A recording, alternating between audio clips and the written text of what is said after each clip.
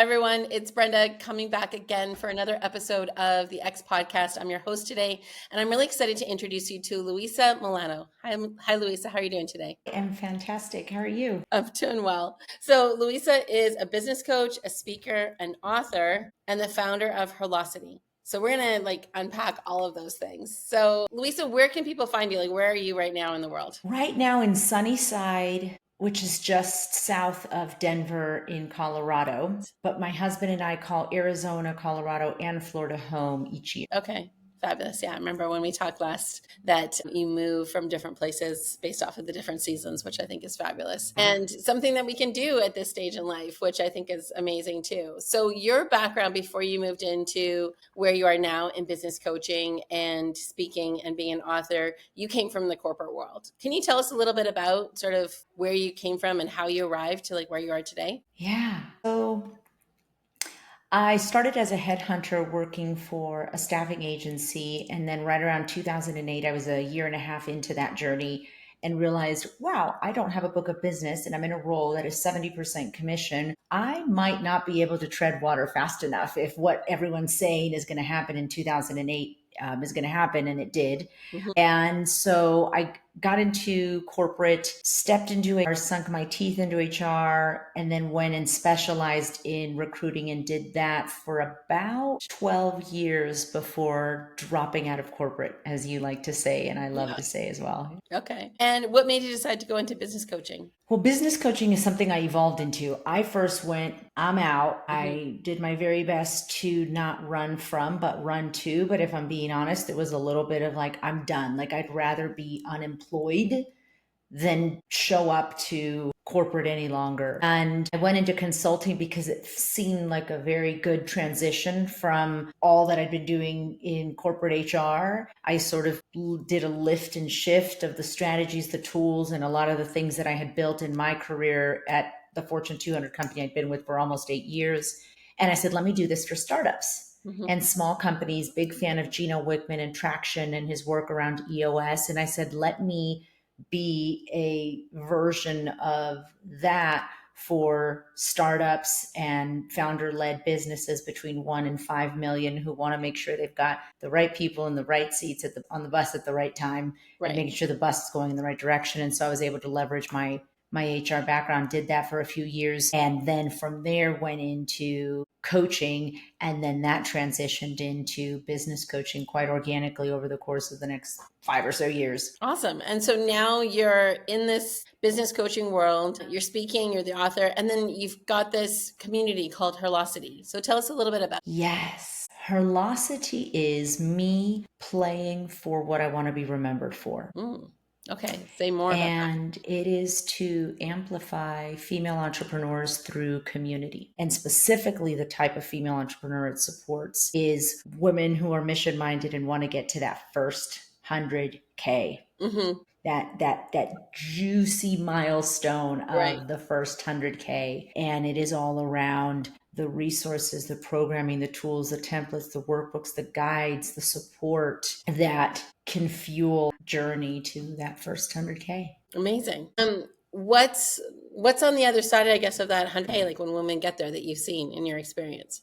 What sort of opens up for them, possibility wise? Yeah. So the funny thing is the moment you hit 100K, you go, okay, what's next? It's right away. So there's an element of what's the dream behind the dream, that even if you haven't gotten to that 100K, well, when you get there, a lot of the women are very early stage in the community. So they're approaching their first 50K. They're wanting to go from 50 to that 100K mark. And I'll often say, well, let's say you've gotten to 100K. Now what?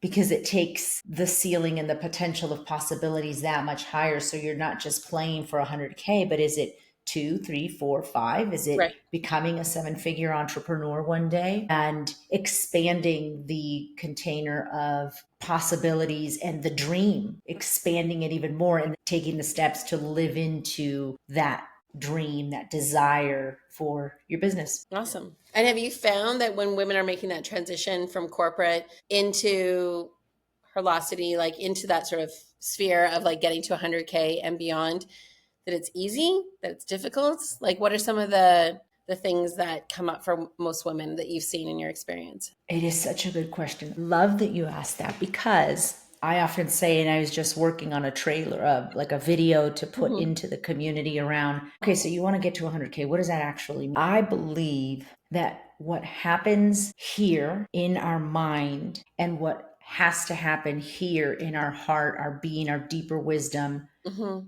on the journey to 100K changes the trajectory of the rest of our life. I have seen that if you can dial in the mindset needed, the why, why 100K, right? It's money. It's in the big grand scheme of things, it's really a lagging indicator. And yet it's a really exciting milestone for us to wrap our head around, but there's so much more to it than that. So it's on that journey to 100K, so much needs to happen mentally, physically, and let's call it spiritually, energetically, that once you hit that number, getting to 2, 3, 4, 500,000 is not 2, 3, 4, 5x the time or the energy. And so that's why I decided to create a whole community to support female entrepreneurs around that, because you need so much momentum and so much support holistically, not just mindset, not just energy and why and purpose,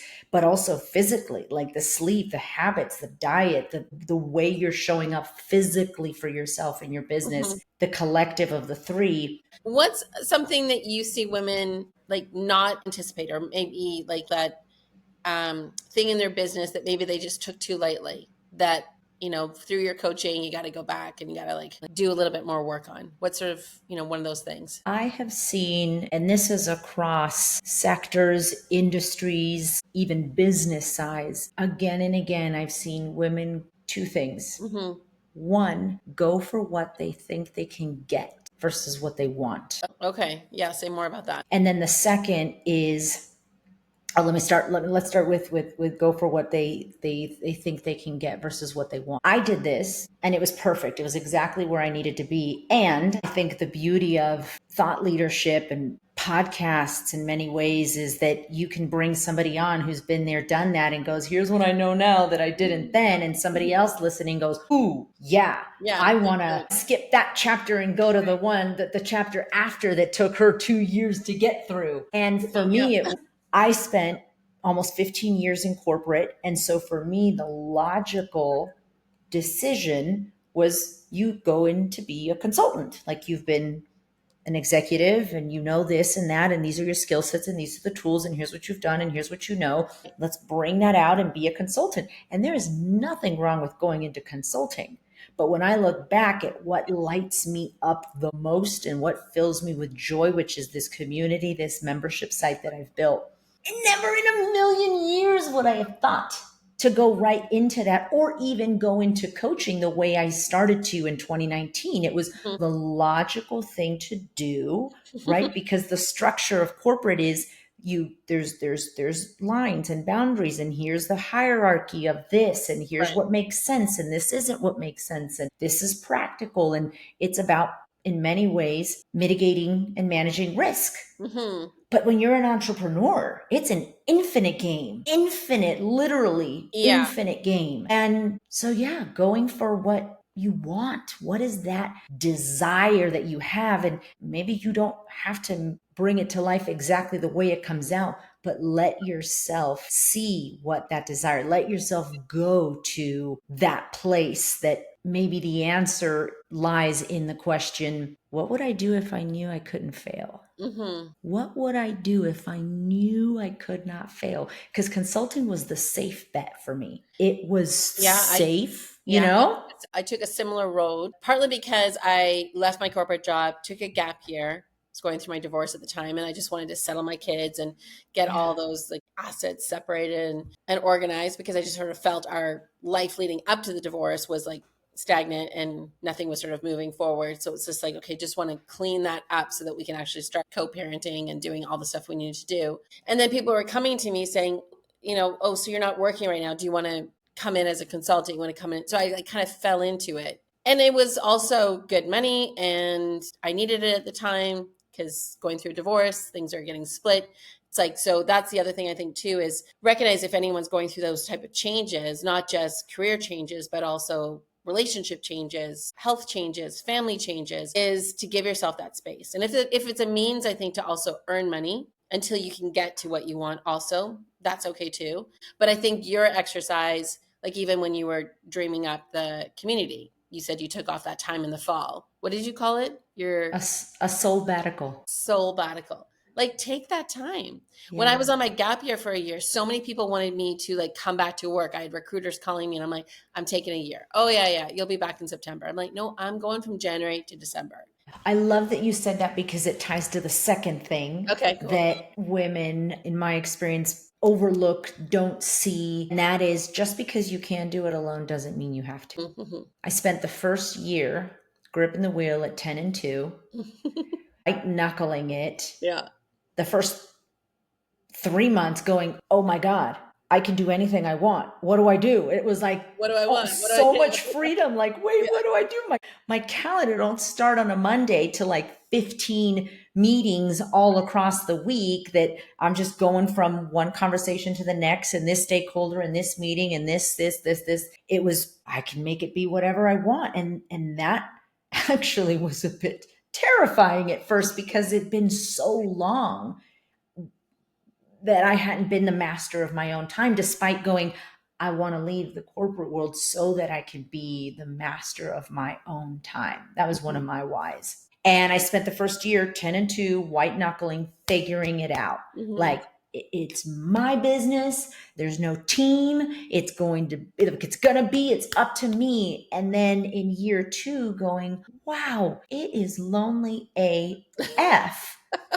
Doing it all alone. And I'd invested in myself and in coaches, but there's a difference between coaches and mentors and community. Mm-hmm. And I know you know this because you have your aligned AF community. Yeah. There is a big difference between a coach or a mentor that you talk to regularly and being surrounded by like-minded humans who are each rowing in the same direction you are, and wish that I had done it sooner. No regrets, because I learned what I did and I'm able to sit here and go, hey guys, if you're at home and you just left, you're listening to this and you just left the corporate world and you're going, I gotta figure it out because it's my name. It's Luisa Molano LLC or whatever your business name is. Just because you can do it alone doesn't. Yeah. 2 really good, I think, wise pieces of advice there. When I think about your business, like you've already sort of shared, like, you know, the fact that you're a business coach, you've got your community, HERlocity. What's been, I guess, the biggest challenge and the biggest like learning? The biggest challenge, giving time, AKA patience. When you start to fall in love with the process, like the first year was, oh my God, what does it mean to be an entrepreneur? But if you're listening, my eyes are like big and buggy right now. Like, oh my God, what have I done? I said I was going to do it. And the romance period ends. And all of a sudden you're left with, you know, the perspiration and, you know, you've still got the inspiration, hopefully, but now you've got the perspiration. It comes online and you're going, oh my God, there's so much information. And year 2 was beginning to figure out my way and what really having my business and running my own business was. And then it wasn't, at least for me, until year 3 that I began to see the value in loving the process, loving showing up to social, loving up showing to my email list, loving the process of being an entrepreneur. And then once you do, then the dream behind the dream starts to almost reveal itself, and you see where your business could go after the next biggest milestone you can envision, and the next biggest milestone. And you start to go, wow, 10 years from now, I want to be doing retreats. 25 years from now, I want to be a $50,000 a year keynote speaker. And then when you begin to see the big picture, then all of a sudden your prefrontal cortex is considering all the possibilities and all the probabilities. And then you can get stuck in this complete overwhelm, which shuts down your brain as a result of just trying to figure out all the steps all at once. And then this is where a business strategy and or investing in a business coach and having your quarterly milestones and annual milestones. And again, why to this day, I still have a version of the vision traction organizer from EOS in my business, because I can think, okay, between today and the end of the year, what is going to happen and what are the activities connected to the goals, then there's the initiatives, and then the day-to-day to-dos. And if I'm finding myself doing a to-do that doesn't tie to an initiative and roll up to one of my goals, well, why am I doing it? Why did that? Do we have a little scope creep? Am I stuck in the squirrel, scenario? And then you can recalibrate. And then one more thing that I'd really love to add to that is goals for me are, to this day, they feel very rigid. They remind me so much of corporate. I feel very complete with my corporate journey. So I always go, okay, do I want to bring elements from that, or do I want to create something that feels more light, more energizing, and quite honestly, more fun? Because joyful entrepreneurship is a choice. And rather than look at goals, sometimes I do have goals, but more often than not, I have games. What are the games? GAMES. What are the games that I want to play between now and the end of the year, in the next year? And they're similar to goals. A goal has, a start, an end, it's specific, it's measurable, it's actionable, it's time bound, it's relevant.